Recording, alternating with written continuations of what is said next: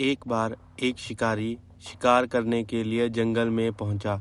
उसने अपने तीर पर बहुत ही खतरनाक जहर लगाया और शिकार को निशाना बना करके उसने तीर को छोड़ा, लेकिन उसका तीर चूक गया और तीर एक पेड़ पर जा लगा। वह पेड़ बहुत ही हरा भरा और बहुत सारे तोते उस पेड़ पर रहते थे। जैसे ही वह जहरीला तीर उस पेड़ पर जाकर लगा, वह पेड़ धीरे धीरे सूखने लगा और उस पेड़ पर जो भी तोते रहते थे वह एक एक करके उस पेड़ को छोड़कर जाने लगे। उस बड़े से पेड़ के कोटर में एक बहुत ही बूढ़ा तोता रहता था, जो बहुत ही धर्मात्मा और अच्छे मन का था। सभी तोते उस पेड़ को छोड़कर जाने लगे, लेकिन वह बूढ़ा तोता जाता था, दाना लेकर के आता और उसी कोटर में आकर के बैठ जाता, परंतु उस पेड़ को छोड़ने को तैयार नहीं था। बूढ़े तोते के साथियों ने कई बार आकर के उसे समझाया कि ये पेड़ सूख रहा है और किसी दिन गिर भी जाएगा, चलो किसी और पेड़ पर चलकर रहा जाए, परंतु वह बूढ़ा तोता वहां से जाने को तैयार नहीं हो रहा था। अब ये बात देवराज इंद्र तक पहुंची। उन्हें बताया गया कि एक तोता है, वह जिस पेड़ पर रहता है उस पेड़ पर एक जहरीला तीर लगने के कारण सूखने, गिरने और खत्म होने के कगार पर आ पहुंचा है और एक बूढ़ा तोता अभी भी वहीं रह रहा है। वह दाना लेकर आता है और वहीं पर रहता है, जबकि उस जंगल में बहुत सारे पेड़ हैं, लेकिन वह उसी पेड़ पर रह रहा है।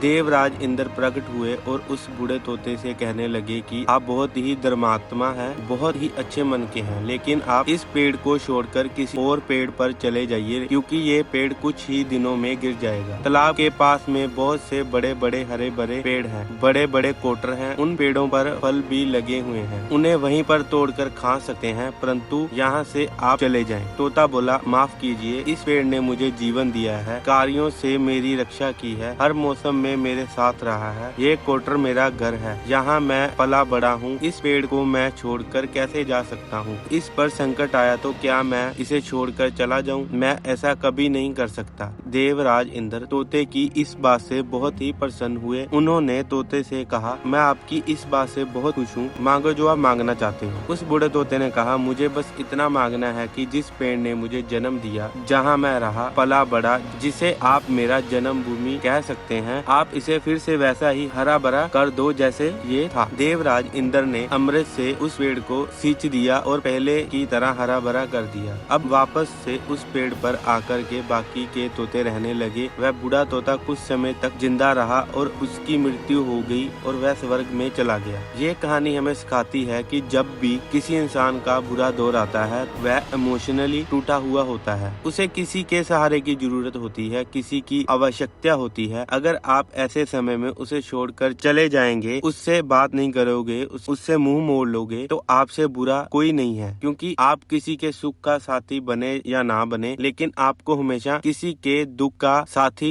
जरूर बनना चाहिए।